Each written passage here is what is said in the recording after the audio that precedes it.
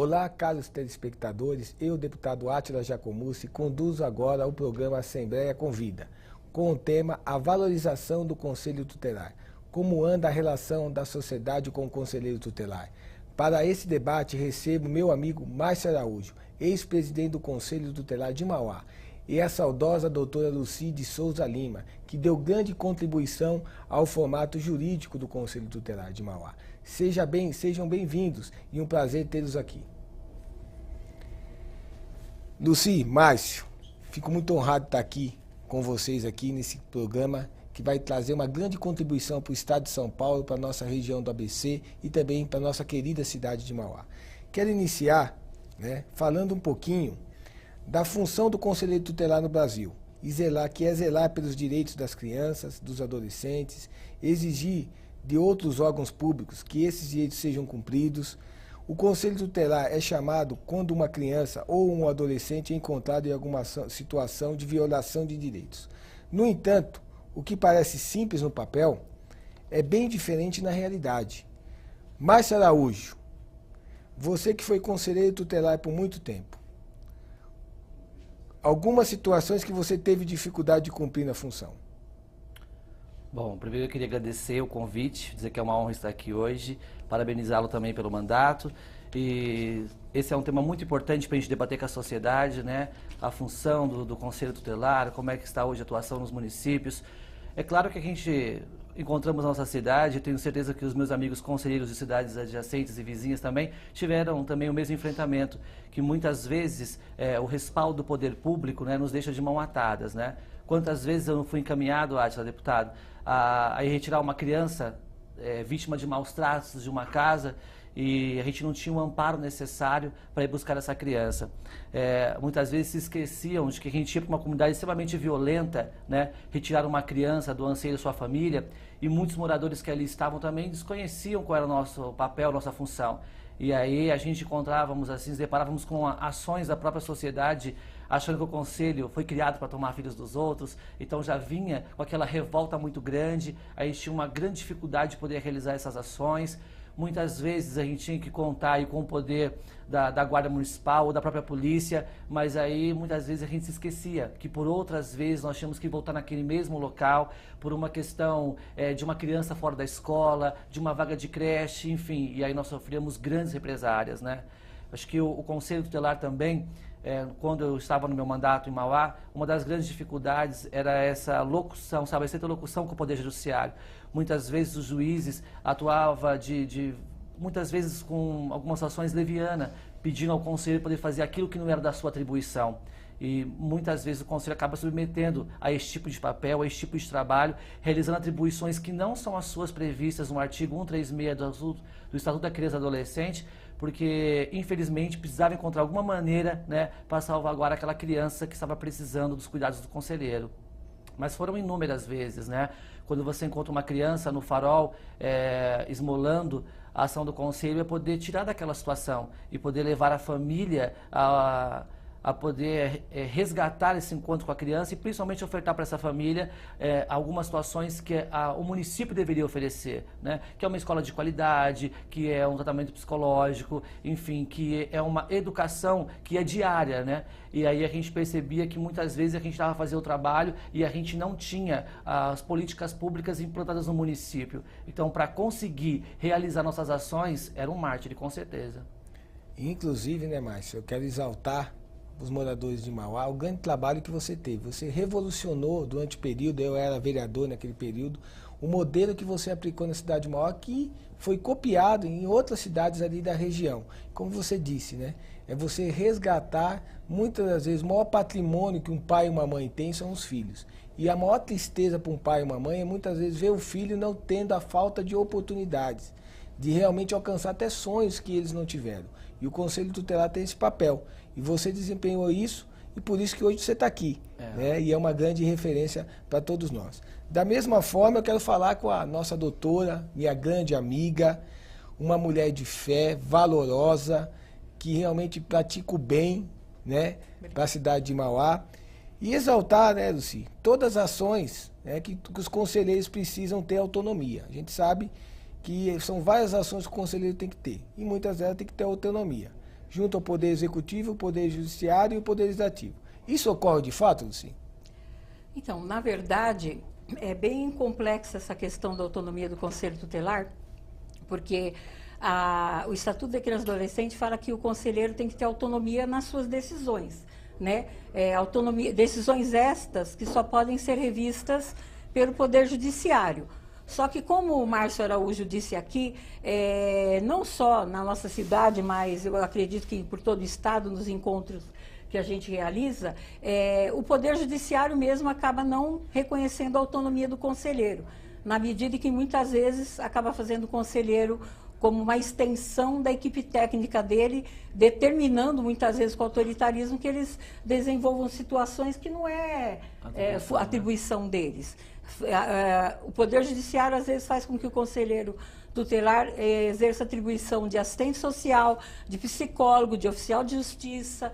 E com relação ao poder, o legislativo, eu tenho a impressão que não tem muito problema na relação com o conselho tutelar, mas o executivo, na medida que o executivo é que paga o salário do conselheiro, que é o ente federativo obrigado a dar o local onde eles têm que trabalhar, o equipamento, acaba acreditando que por pagar o salário deles, eles têm que cumprir determinações. Esse tipo de interferência prejudica muito o serviço do conselheiro tutelar. Por isso que eu, com toda a experiência que eu tenho, acredito que essa autonomia é difícil de ser desenvolvida. Você colocou muito bem, doutora. Muitas vezes o conselheiro é penalizado, né? Exatamente. Muitas das vezes a criança necessita de atribuições que o conselheiro tem que buscar junto ao município, junto ao Estado, e muitas vezes ele acaba sendo penalizado. Porque muitas vezes ele faz duplas funções que muitas vezes não é dele. Exatamente. Né? O papel de assistência social, até de psicólogo, de dar amparo para a família. Muitas das vezes a mulher quer trabalhar, não alcança uma vaga na creche, o conselheiro tem que encaminhar isso, tem que dosar isso. A gente vê hoje, muitas das vezes, o conselheiro hoje, ele participa de muitas funções e muitas das vezes é cobrado por muitos que não deveriam, então não é a atribuição que deveria estar sendo realizada. E isso é um caso que acontece em todo o país. Como o Márcio colocou, doutora Lucia, a questão hoje do enfrentamento, muitas vezes do conselheiro, muitas vezes tem que ir, muitas vezes, que é função dele, ir até a família, contribuir muitas vezes com amparo legal de funções e muitas vezes não tem segurança para isso. A gente vê aí conselheiros que foram assassinados aí no Norte e Nordeste, em algumas partes da região Sul, que sofrem ameaças e muitas vezes não tem um amparo policial, né? E muitas vezes nem um amparo jurídico para isso. Mas, Márcio, o executivo, como a doutora Lucy disse, ele é o financiador do conselho tutelar, mas não é como patrão do conselheiro. Como podemos entender essa relação do custeio, submissão e cobrança? Nossa, é extremamente difícil, porque a prefeitura, no caso, ela que vai subsidiar o conselho tutelar. Então, assim, com a sua sede, com as linhas telefônicas, com o custo do motorista, com o automóvel, enfim, toda a questão administrativa, parte do poder público. O problema é que muitas vezes, eles interpretam essa forma de poder doar essa situação, que na verdade é uma obrigação, e aí eles querem achar que o conselho tutelar tem as suas obrigações com o município, né? Alguns conselheiros acreditam que quando se fala que o conselho é um órgão autônomo, também confunde essa relação, achando que todas as suas ações são autônomas, que ele pode fazer o que ele quiser. Também não é assim que funciona, né? Então, existe um grande conflito, viu, Átila? Porque aí passa o município a acreditar que ele, por ceder esse espaço, por ele que acabar partindo dele o salário do conselho tutelar, o pagamento, e por ele manter a estrutura do conselho tutelar, existem enormes conflitos. Quantas vezes a gente não teve telefone cortado? Quantas vezes nós tivemos reunião com secretários porque achavam que a gente utilizava demais o telefone do conselho tutelar, né? Como se a gente não precisasse daquele benefício, né, para poder realmente trabalhar em prol da criança e do adolescente. Então as cobranças são inúmeras, né, dentro do próprio município. É difícil existir esse trabalho em conjunto. É essa a nossa grande decepção, porque a gente percebe que se a sociedade em todo, num geral, com a prefeitura, com o conselheiro, com a própria população, se unisse em prol dos direitos da criança e do adolescente, com certeza muitos benefícios seriam criados. Mas esse poder, né, essa hierarquia que às vezes alguns implantam, tornam completamente dificultoso o trabalho do conselheiro, a gestão, geralmente também o trabalho com o próprio município. É uma situação bem delicada. Tem que ter um prefeito parceiro, né, Márcio? Com certeza. Acho que isso que realmente tem que ter. e realmente o prefeito que entenda que realmente que o Conselho Tutelar é atribuição dele também. Sim. Né? Hoje, como você disse aí, muitas vezes o Conselho Tutelar não tem, muitas vezes, o mínimo de condições de trabalho, né? Carro, telefone, o amparo das secretarias competentes para que ele possa realizar um grande trabalho. A gente viu isso na cidade de Mauá durante muito tempo e toda a região. E eu acho que nós temos agora uma grande oportunidade, né, doutor, assim, nesse momento aqui, com as eleições unificadas, né, de a gente começar a mudar a história desse país na questão do Conselho Tutelar, valorizar o conselheiro, valorizar a questão da discussão da criança e adolescente e também alguns temas, né, que eu quero propor aqui, como o governador Geraldo Alckmin disse recentemente, a rediscussão do Estatuto do ECA, né? Tudo na vida tem que haver algumas readequações. E nós temos que readequar para que a gente possa valorizar a criança e adolescente. Mas queria, doutora Lucy, falar um pouquinho, nós estamos falando da questão do custeio, né, da atribuição do município. Certo. Mas há formas alternativas de financiar a rede de proteção dos direitos das crianças e adolescentes, como, por exemplo, através do setor privado? Então, a forma alternativa encontrada para esse financiamento seria através do Fundo Municipal dos Direitos da Criança e do Adolescente.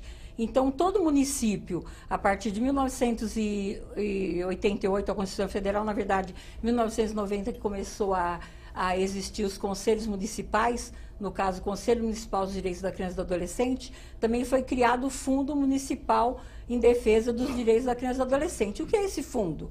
Esse fundo é uma conta corrente, onde qualquer particular, pessoa física ou jurídica, pode fazer uma doação, né, dentro dos limites legais, que eu não vou saber dizer qual que é a porcentagem agora, mas pode fazer doação. O problema é o que acontece. A maioria das vezes esse fundo, quem tem que gerenciar esse fundo é o Conselho Municipal dos Direitos da Criança e Adolescente. Para você gerenciar um fundo, e eu digo isso com propriedade porque eu fui presidente do Conselho da Criança e Adolescente de Mauá por várias vezes, para você gerenciar esse fundo, você tem que ter a autonomia de tomar conta da conta corrente, assinar cheques, e isso o poder público não permite. Muitas vezes esse dinheiro fica na conta do poder público municipal, utilizado numa hora de emergência, embora eles devolvam depois, mas o dinheiro é utilizado. De sorte que você mesmo não tem, o conselho não tem autonomia para fazer um projeto e dizer, eu vou dar esse dinheiro para fazer isso ou aquilo. Né? Porque quando você faz o projeto, o chefe do executivo acaba não concordando em liberar aquele dinheiro para financiar as políticas públicas que você idealizou ali no conselho, né? Mas a única forma mesmo de financiar isso é através do Fundo Municipal dos Direitos da Criança e do Adolescente, que é pouco divulgado. A gente tentou na época lá fazer propaganda para divulgar, para as pessoas doarem, até porque tem isenção no imposto de renda, mas infelizmente nós não conseguimos. E muitas das vezes é por falta de propaganda, muitas vezes do próprio município, né? O poder público muitas vezes não divulga isso, né, doutor? Que seria muito importante. Até porque o dever de cidadania é de todos nós. Né? Cabe a gente não só dizer que é do bem, é praticar o bem. Essa é a grande diferença. E nós sabemos aí, muitas vezes, alguns programas que nós vemos como a Criança Esperança, que muitas vezes grande parte é subsidiado através de contribuições, muitas vezes pessoais, né? E muitas vezes até também de empresas, né, que fazem essa contribuição. Agora, nós temos que buscar isso, até porque nós sabemos hoje que nós vivemos um momento muito difícil no país, que a palavra contingenciamento é a mais dita, né, por todos os governantes, nós temos que buscar alternativas. Agora, se o poder público não abre isso para que o cidadão conheça o que ele pode contribuir, e principalmente as empresas, os grandes empresários, né, as parcerias públicas-privadas, para que possa contribuir. Né? Porque muitas das vezes você vai estar contribuindo com a formação de um novo cidadão, porque a criança ela já é presente. O futuro, ela vai dizer o que nós conseguimos, né, dar de amparo para que ela possa alcançar os seus objetivos. Ela já é presente na nossa sociedade. Mas agora quero chamar, vamos estar indo para o segundo bloco agora, Márcio, doutora Lucy, vou chamar agora para um breakzinho. Fico muito feliz, eu tenho certeza que ninguém vai tirar o olho dessa tela hoje, porque a gente sabe os dois grandes pessoas que nós temos hoje que vão contribuir muito com esse programa. Um break comercial, por favor.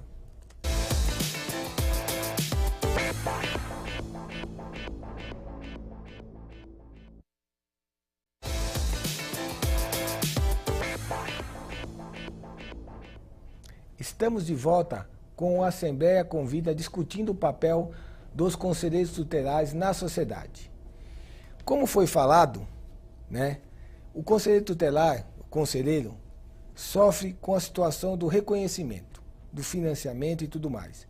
Mas e as crianças e os adolescentes, como fiquem?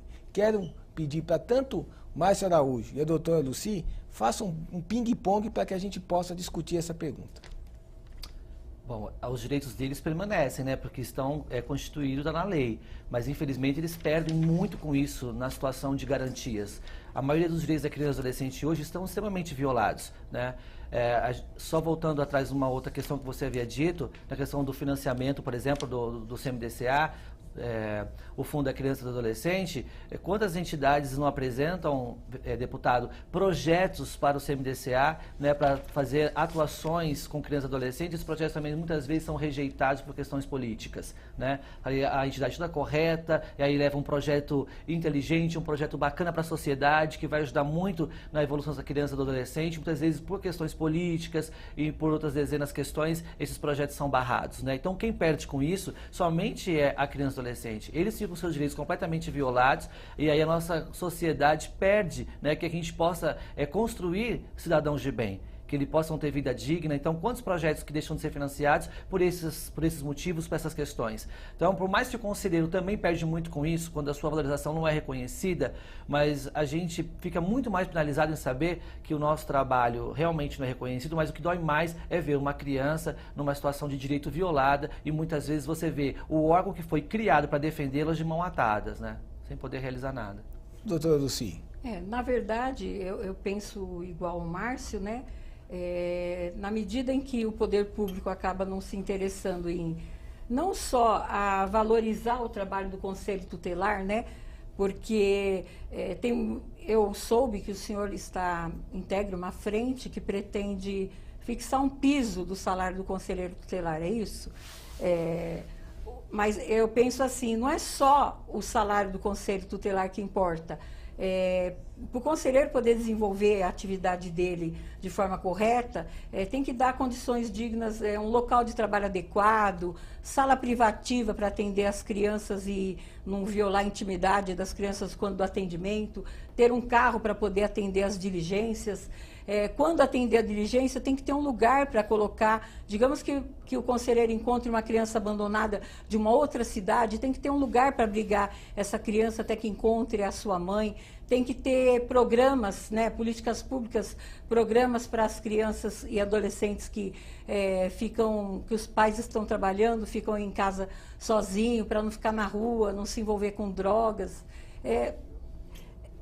Me perdi. Mas é importantíssimo, doutora Lucy, como você colocou, você e o Márcio, hoje, né? Hoje nós integramos aqui uma frente, né? Estamos aqui presidindo, ao lado do deputado Sebastião dos Santos, uma frente de rediscussão do Conselho Tutelar no Estado. E é que você colocou, como o Márcio colocou, a valorização do conselheiro. Muitas vezes, uma das nossas propostas, né, e eu levei essa proposta, que foi a questão do piso salarial do Conselho Tutelar, porque nós vemos hoje aí uma discrepância muito grande. Hoje nós vemos aqui, né, Márcio, conselheiro muitas vezes ganhando R$4.000, né, em algumas cidades, em algumas regiões aqui da capital, e outros conselheiros muitas vezes no país ganhando menos que o salário mínimo. E muitas vezes, mesmo ganhando menos do salário mínimo, mas com o coração e fazendo o que ama, muitas vezes tira o pouco que tem, porque o conselheiro é isso, ele tira da própria remuneração para que possa continuar com o seu trabalho. E a gente sabe que não é só aquele que ganha 4, ou que ganha 3, ou que ganha menos do salário mínimo. São todos os conselheiros que sofrem isso. Porque muitas das vezes ele não tem, muitas vezes, um automóvel disponível pelo município. Muitas vezes ele tem que, muitas vezes, colocar gasolina no carro, no seu próprio carro, para atender aquela família, né? E isso ele tira da sua remuneração. Muitas vezes não tem nem um aparelho celular, ou no próprio Conselho Tutelar. A gente sabe que na própria cidade maior ficou muito tempo sem um telefone fixo do Conselho Tutelar da nossa cidade, né, em tempos passados. E aí o que acaba acontecendo? Muitas vezes o conselheiro ele não queria parar de fazer esse trabalho, porque ele foi eleito pelo povo, através da aclamação popular. Então ele disponia muitas vezes recursos do seu próprio bolso. E eu acho que isso é um tema muito importante, porque muitas das vezes a própria população não sabe o sofrimento que é ser conselheiro tutelar nesse país. Que para ser conselheiro tem que ter muita dedicação e amor, né? Muitas vezes são pessoas que sofreram até maus tratos na infância, que hoje querem realmente atuar como conselheiro tutelar para corrigir que outras pessoas não sofram o que eles sofreram. Assédio, né? A gente tem relatos aí de conselheiros aí que foram assediados, né? Outros conselheiros, muitas vezes, que se pronunciaram para buscar essa alternativa de ser conselheiro, muitas vezes viram filho, muitas vezes sofrer muitos abusos e querem que realmente os filhos dos próximos, né, não sofram o que os seus filhos sofreram. Então a gente sabe que tem muita gente boa, muita gente que quer contribuir. E isso que é realmente importante. Mas eu queria falar com você, Márcio, doutora Lucia, um tema também importante. Se o fortalecimento do Conselho Tutelar, poderemos criar um efeito cascata no cumprimento das leis que defendem a criança e adolescente? Eu acredito com toda certeza. A gente teve a prova disso há um mês atrás, em julho, quando a gente comemorou o aniversário de 25 anos da Estatuto da Criança e Adolescente. Tivemos um curso de capacitação, inclusive com a sua participação, né, e promovido pelo seu mandato, e que foi muito gratificante, porque ali nós percebemos que tinham, além de pessoas envolvidas com o Conselho Tutelar, também tinham assistentes sociais, psicólogos, tinha a comunidade, a sociedade, né? Isso foi muito importante. A partir do momento que todos que estão ali, que trabalham com a questão direta da criança e adolescente, possam ser fortalecidos, com certeza o fortalecimento vai ser inevitável, né?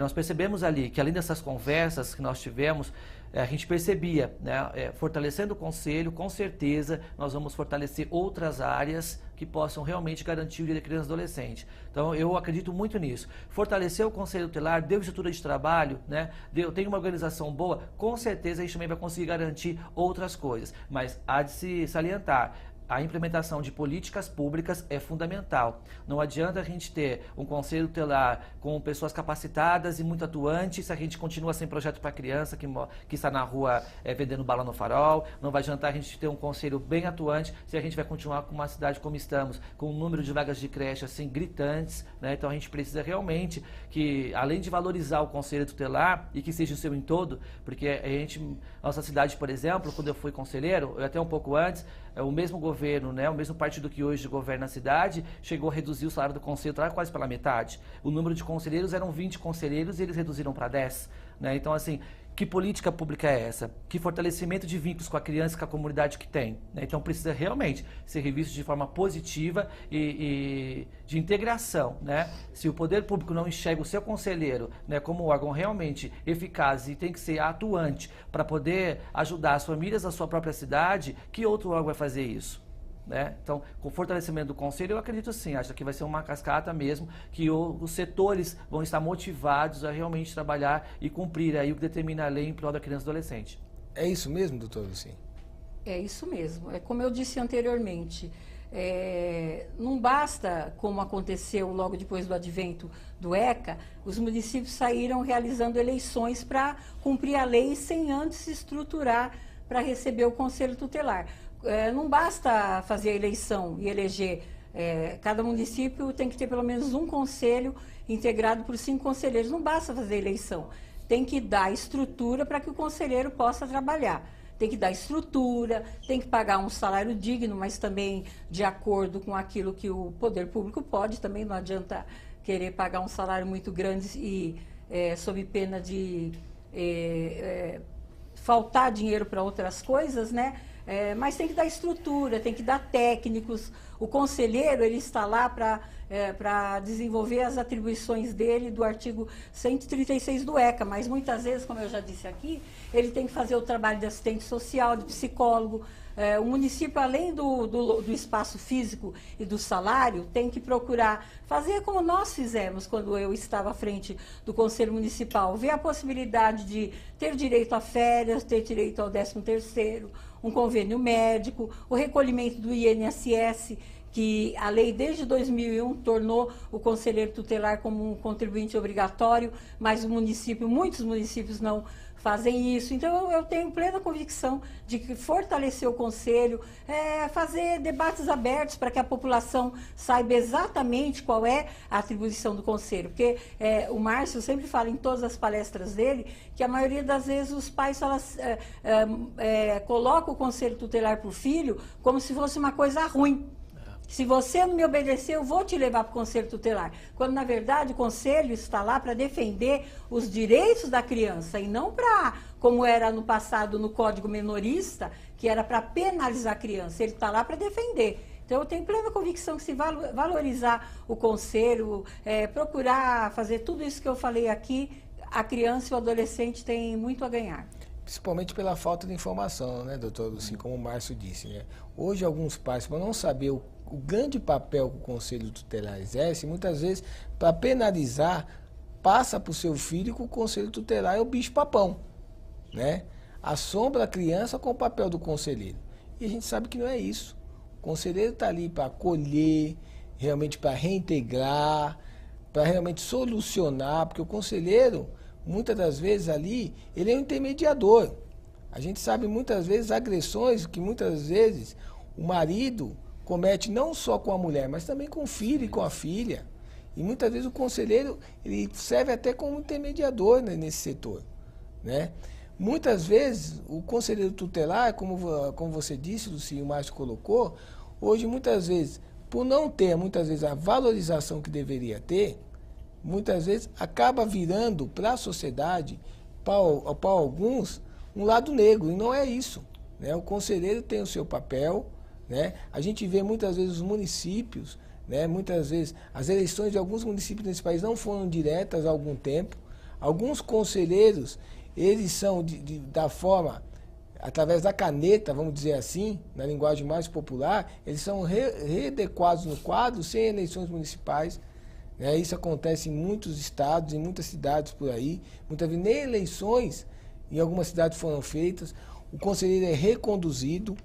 Muitas das vezes também a mercê e a trabalho, muitas vezes, do chefe do executivo, né, que prefere muitas vezes manter aquele conselheiro do que fazer as eleições diretas.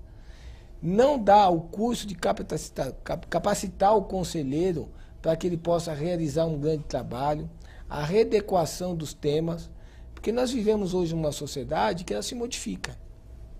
Nós estamos numa região que é hoje a capital paulista, nós estamos aqui na capital, mas o grande ABC e todo o estado, o São Paulo é um estado que acolheu muita gente de outros estados e até de outros países, né? É uma diversidade cultural muito grande. Por um lado é bom, mas por outro lado também nós temos que realmente ficar com os olhos abertos, porque pode trazer muitas vezes confronto, muitas vezes de cultura, de métodos, né? E a gente sabe aqui que o conselheiro muitas vezes tem que se dar com isso, e o estatuto está ali, né? Para que a gente possa rediscutir isso. Por isso que, como eu sempre coloco, e a próxima pergunta a gente vai fazer sobre esse tema, que é a readequação do ECA, né? Que eu quero discutir muito forte com vocês nesse ponto, que eu acho que é uma pergunta crucial. A gente viu a revisão, muitas vezes, da nossa Carta Magna, que é da nossa Constituição Federal, a revisão de algumas emendas que foram introduzidas na Constituição Estadual, né? A Lei Orgânica dos Municípios também, muitas vezes, passou por revisões. Agora, aproveitando esse gancho que eu estou falando, o ECA hoje completa 25 anos. Eu queria ouvir de vocês uma avaliação sobre quais pontos ainda precisam evoluir e quais pontos trouxeram avanço nesse período, porque eu acho importante isso, né?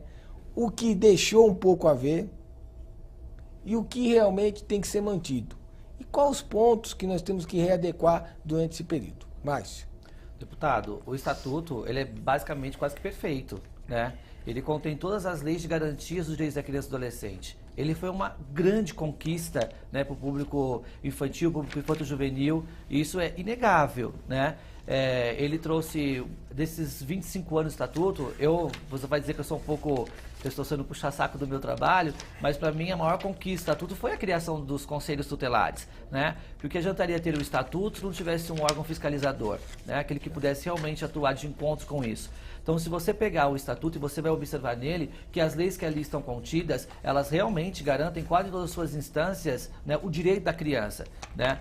Só que no papel é uma situação. O que acontece é que o que está no ECA, a maioria das leis que estão ali não são... não tem comprometimento do poder público em poder executar. Você vê que a criança ela tem tem atendimento médico garantido no SUS, atendimento médico que se pede com qualidade, ela pede uma escola de qualidade, ela tem direito à sua vaga na creche, ela tem direito a cursos profissionalizantes, ela tem direito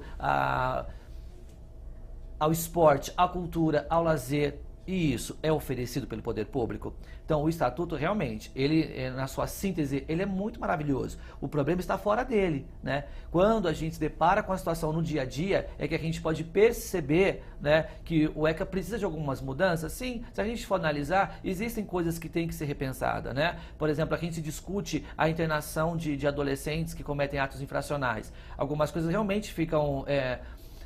no consciente da população do que aquilo pode ser correto ou não, né? Um adolescente com 17 anos e 11 meses comete um ato infracional, aí ele vai para sua internação, quer dizer, mas se ele tivesse completado 18, que é um dia depois, aí aquela situação já seria revertida. Então, alguns pontos realmente têm que ser revistos, né? Até para prestar esclarecimentos para a sociedade. Mas é inegável que o Estatuto trouxe grandes conquistas. Além do Conselho Tutelar, nós temos o Disque 100, que é um telefone utilizado para denúncias de abusos, né? Crianças que são vítimas de abuso sexual.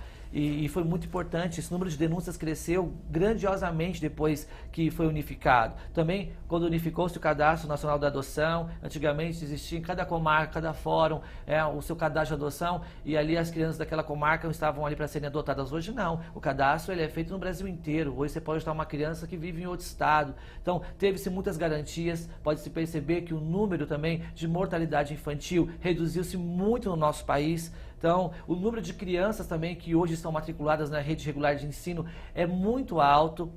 Ainda falta muito a ser conquistado, isso sem dúvida, somente na parte de educação. Mas a gente percebeu que o Estatuto veio criar essa condição. Triste, a gente tem que criar leis para os pais, para as famílias poderem zelar pelos seus filhos, para o Estado poder zelar pelos seus filhos, mas essas leis que foram criadas, se elas forem realmente efetivadas pelo poder público, com certeza o ECA assim, é um instrumento de trabalho para a criança indiscutível, é uma grande conquista, né? Esses 25 anos que são celebrados aí, a única coisa que eu acho que tem que ser discutida com a população é a sua totalidade. Uma coisa é fato, você contava esses detalhes sobre como o conselho era visto pela sociedade, e eu acabava rindo aqui, porque eu passei por diversas situações nesse sentido. Da sociedade, aonde a gente chegava, a sociedade nos tratava de forma completamente equivocada, porque muitas pessoas acreditam que o conselho foi criado para tomar os filhos dos outros, quando na verdade ele foi criado para defender esses direitos de criança e adolescente quando esses direitos forem violados por Estado, por abuso ou omissão do pai ou responsável, ou em razão da própria conduta, quando se trata de adolescente. Então, é inegável. O Estatuto, para mim, ele é uma grande conquista para a defesa dos direitos da criança e adolescente, e dentro dele, nesses 25 anos, a criação do Conselho Tutelar é outro fato maravilhoso. Hoje nós temos o Conselho Tutelar implantado aí em milhares de cidades. Ainda faltam algumas, né? Mas também não vai adiantar só implantar o Conselho sem estrutura. Doutora Lucy. Na minha opinião, o Estatuto da Criança e do Adolescente, ele não comporta críticas, né? Como disse o Márcio, ele é uma lei perfeita. Há quem diga que é uma das melhores leis de todo o mundo referente à criança e adolescente. O que falta mesmo, como no nosso país, em várias leis, é implementar aquilo que está disposto no Estatuto da Criança e do Adolescente. Se tudo que foi colocado ali fosse colocado em prática, mais nada seria necessário que fosse feito, né? É a minha opinião. Com relação, assim, aos avanços que você perguntou, desde o advento do ECA, o maior dos avanços, né, como disse o Márcio, embora a gente possa dizer que é ridículo ter que ser editada uma lei para dizer que uma criança ou adolescente tem o mesmo direito de qualquer cidadão, mas o maior avanço dessa lei foi a criança e o adolescente passar a ser reconhecido como sujeito de direitos, né? Como equiparado ao direito que qualquer cidadão comum deve ter. No passado, antes do advento do ECA, que vigia o tal do Código Minorista, a criança e o adolescente eles só eram cuidados pelo Estado quando em situação de abandono ou a chamada delinquência. Então, o Estado só atuava nesse segmento. Após o advento do ECA, a criança passou a ter direito à saúde, à educação, a cursos, a carinho, amor, uma série de coisas que já devia ter... Não precisava de uma lei para falar isso, né? Como toda lei antiga como essa, 25 anos, é claro que ela comporta alguma revisão, né? Ela já teve 2 revisões, uma em 2010 uma de 2014, embora pequena, mas já houve essa revisão. Mas eu não diria de alterar alguma coisa, diria mais criar mecanismo para que o que está escrito ali fosse implementado. Por exemplo, tem uma parte do Estatuto da Criança e do Adolescente que fala lá da proibição de vender bebida alcoólica, de frequentar bailes e aplica multa. Até hoje não há uma disciplina de como e quem deve fazer isso daí, né? Então, no nosso país é assim, infelizmente as leis são criadas, editadas e depois elas não são regulamentadas para que o que está escrito ali seja cumprido. Na minha visão, se tudo que está no ECA conseguisse ser implementado, nada mais era necessário que fosse editado ou feito para que nossas crianças e adolescentes tivessem os direitos assegurados. Então, hoje o que falta é a aplicação. Aplicação, porque hoje o que a gente vê, né? Vocês passaram pelo conselho, o Márcio passou, vivenciou. A senhora, doutora Lucy, é uma jurista renomada na cidade, participa e discute a questão da criança e adolescente. E hoje, o grande tema hoje, e todo mundo discute hoje, é a readequação de alguns pontos. Mas também concordo com vocês que muitas vezes o poder público fica a dever. Porque se tudo que tivesse no ECA pudesse ser aplicado e valorizado pelo poder público, pelo município, pelo governo, nós teríamos um atendimento muito melhor.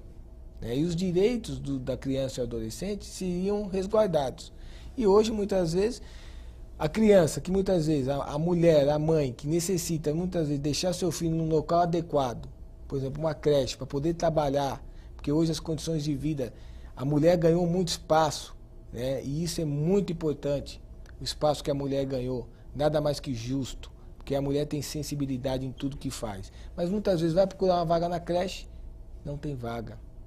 O conselheiro muitas das vezes fica, né, nas mãos dele a luta para alcançar, muitas vezes, para que a mãe possa ser atendida. E a gente sabe que isso está dentro do estatuto. A obrigação de quem tem que realmente disponibilizar vagas suficientes para que muitas vezes uma criança ou recém-nascida ou dentro do perímetro que depende muitas vezes de uma vaga na creche, poder ser atendido de forma imediata.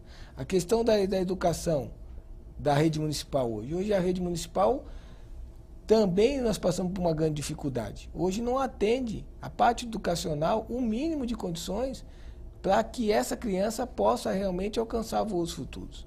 E daí vai seguindo adiante. E hoje a gente vê essa grande discussão, muitas vezes discutidas por políticos, levantadas por políticos, da questão da readequação do ECA. O próprio governador hoje diz que alguns pontos têm que ser mudados. A gente sabe, e eu quero fazer uma pergunta agora para vocês aqui, 2 perguntas importantes em cima desse tema. Nós estamos discutindo alguns temas importantes da questão da criança e adolescente. Hoje é a exploração do trabalho infantil, né? É um tema também muito falado. Talvez aqui no Sudeste e no Sul nós não temos tanto isso, mas no Norte e Nordeste nós temos muito isso. Então eu queria mais que você falasse sobre essa questão aí do trabalho, da exploração do trabalho infantil. E temos também, viu, deputado, no Sudeste também um grande número que são vítimas aí da exploração do trabalho infantil.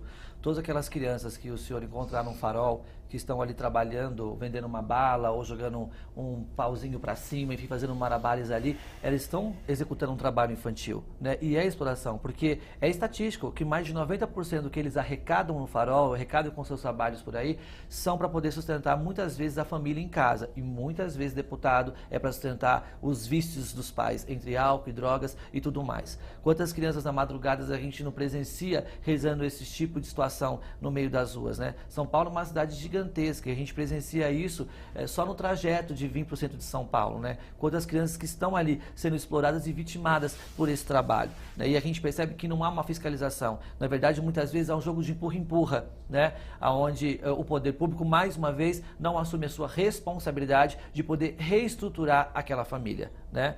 Que é essa a nossa atribuição, junto com o conselho, junto com os outros órgãos. Não vai adiantar eu recolher aquela criança para dar um atendimento necessário e aí encaminhá-la, de repente, a estrutura familiar dela está completamente abalada e eu preciso encaminhá-la para um bolsa aluguel ou então para algum outro tipo de benefício que ela necessite e aí eu não tenho esse recurso. Né? Quando você vê uma mãe, por exemplo, tem 3, 4 filhos e ela precisa também trabalhar, aonde eu coloco essas crianças? Que tipo de trabalho preventivo ou de trabalho realmente de prioridade que eu vou executar? É onde o conselho fica de mão atada, é onde não consegue realizar. Né? Mas voltando à temática que o senhor propôs, que é a questão do trabalho infantil, esse é o grande problema. Né? Muitas vezes a criança também está ali, e salva-se algumas que estão realmente ali por necessidades, né? E você tira a criança daquela situação para colocá-la aonde? Em que programa? Né? Em que trabalho eu vou colocar aquela criança? Em que benefício eu vou dar para aquela criança? Para que ela possa sair da rua, parar de vender a sua bala ou, enfim, parar de trabalhar? Que tipo de benefício eu ofereço para essa família? Né? Aí é onde a gente fica com grandes problemas para continuar o nosso trabalho. Mas, é claro, o trabalho infantil é proibido, né, por lei, é crime e tem que ser denunciado. Doutora Lucy. Então, a questão é, como eu falei, a quem compete a fiscalização do trabalho infantil? Por óbvio, não é do Conselho Tutelar, né, que atua em caso de denúncia. A quem compete a fiscalização do trabalho infantil são os fiscais do Ministério do Trabalho. E, como eu disse, criam as leis e depois não tem respaldo, né? Exatamente, a quantidade de pessoas suficiente para fiscalizar. Como o Márcio disse, às vezes você vai tirar a criança do farol, não tem onde colocar, depois ela vai voltar, você vai ter que voltar, tirar de novo e voltar, mas às vezes aquele é o ganha-pão, né? É o único sustento que a família tem. Por isso que eu critico um pouco, não digo trabalho infantil, mas assim, uma adolescente de 14 anos não poder trabalhar. Eu acho errado, só poder trabalhar como aprendiz. Eu acho errado. Eu trabalho desde os 12 anos de idade. Pegava trem, vinha para São Paulo, trabalhava em fábrica. Eu critico um pouco essa questão de não poder trabalhar com 14 anos de idade. E é muito importante esse tema, fiz questão de relacionar, porque como o Márcio disse, você falou, doutora Lucy, hoje, muitas das vezes lá, essas crianças, elas são exploradas pela própria família. Muitas delas, para realmente suprir os vícios do pai, da mãe, muitas vezes vícios ligados às drogas, ao álcool, né? Muitas vezes você passa num farol, e a gente vê isso a cada esquina aqui de São Paulo. Quando eu me relacionei na questão do Nordeste, muitas vezes você vê crianças no Nordeste fazendo serviço de gente grande, né? Muitas vezes já tendo traumas de saúde pelo serviço forçado que está realizando. Agora aqui, falando aqui da nossa região, você vê muitas vezes a criança pedindo ali, fazendo trabalho infantil, oferecendo bala, doce, e o pai e a mãe do outro lado, né? Muitas das vezes até bebendo, né, em comércios do outro lado da rua. E coloca a imagem dos filhos, né, para que possa sensibilizar as outras pessoas. Então esse é um grande problema, porque a fiscalização, essa competência não é do conselheiro. Por isso que a gente orienta, eu particularmente não compro bala e não dou dinheiro para criança e adolescente em farol, que é uma forma de incentivar. Né? Porque esse ponto, muitas das vezes, o que acaba acontecendo? Usa a imagem da criança, a sensibilidade, a questão angelical, para realmente se subterver de alguns artifícios para que possa buscar o que realmente alcança. Então são temas importantes, né, que eu fiz questão de relacionar, porque muitas vezes fica aquele debate, o que é atribuição do conselheiro, o que não é, né? Muitas vezes o que é de bom, muitas vezes não é reconhecido o papel do conselheiro, o que o conselheiro faz de bom, mas muita coisa que às vezes é o lado negativo, vamos descarregar para o conselheiro tutelar. E isso não é a verdade, porque o conselheiro realmente é a ferramenta oficial para que realmente possa resgatar e realmente valorizar a questão do Estatuto do Menor Adolescente. Ele realmente é o agente público. ele que vai a campo, ele que ouve, volta a dizer, ele que realmente redistribui, que readequa, né, essa questão aí da integração das famílias, e muitas vezes esse papel não é reconhecido. Mas eu quero, né, nesses minutos finais aqui, eu quero pedir para que vocês façam aí as suas considerações finais, Márcio, doutora Lucy. Para mim é uma grande honra, estou aprendendo muito aqui como deputado, com a experiência de vocês, que vocês façam essas considerações finais para os nossos telespectadores. Posso? Bom, eu primeiro quero agradecer mais uma vez o convite, estar aqui hoje podendo debater essa questão tão importante. Costumo dizer que na minha vida o Conselho Tutelar foi um divisor de águas, né? Existiu o Márcio antes do Conselho e depois do Conselho Tutelar. E você, telespectador, que está nos assistindo agora, este ano é um ano de eleição para os conselheiros tutelares, então a sua cidade também vai passar por esse processo seletivo, e é importante que você possa conhecer o seu candidato, que você vá para as urnas e vote com consciência, porque se você está colocando nas mãos de alguns candidatos, né, futuros conselheiros, a sua criança, o futuro da sua cidade, e isso é muito importante. Não se esqueçam, para a gente poder ter crianças com futuro brilhante, é necessário fazer um presente maravilhoso. Doutora Lucy. Eu também quero agradecer ao deputado Átila Jacomuzzi pelo convite. É sempre uma honra comparecer em qualquer evento que venha debater sobre a criança e adolescente. Há mais de 20 anos que eu passei a atuar nesse segmento, e assim como o Márcio, eu gostaria de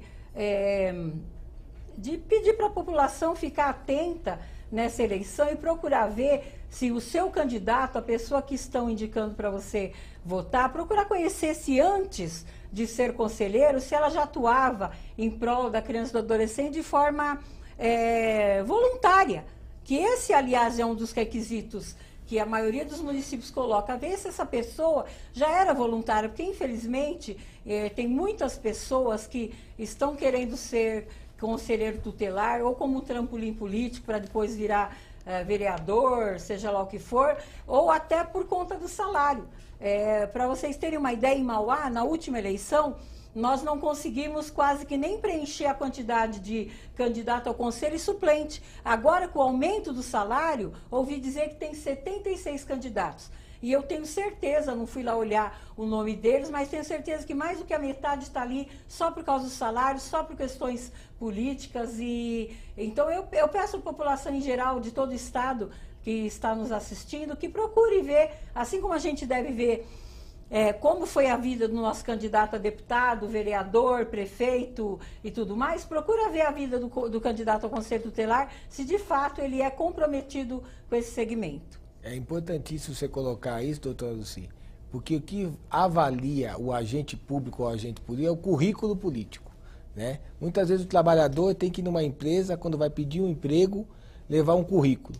E é muito importante, como o Márcio disse e a senhora disse agora, a questão dos nossos eleitores, a população avaliar o currículo de cada candidato ao Conselho Tutelar. Se ele realmente tem um trabalho efetivo junto à criança ou adolescente, se ele conhece que realmente é o papel do ECA, que se realmente ele pode contribuir isso para a sociedade. Porque muitas das vezes nós sabemos que isso na política é natural, né? Tanto na política pública quanto a questão da agora eleição que nós vamos estar participando sobre o Conselho Tutelar. Muitas vezes as pessoas estão lá, não muitas vezes para exercer o papel que é realmente o que nós estamos buscando, mas por outros pontos de vista. E nós temos esse grande papel, e vocês têm esse grande papel, com a experiência que vocês têm, de conduzir e informar para que os nossos futuros eleitores tenham um papel efetivo. Mas quero agora agradecer com todo carinho a presença do Márcio, da doutora Lucy, né, a presença de vocês, contribuiu muito para a gente nesse programa, aprendi muito, eu tenho certeza que os nossos telespectadores também aprenderam muito, né?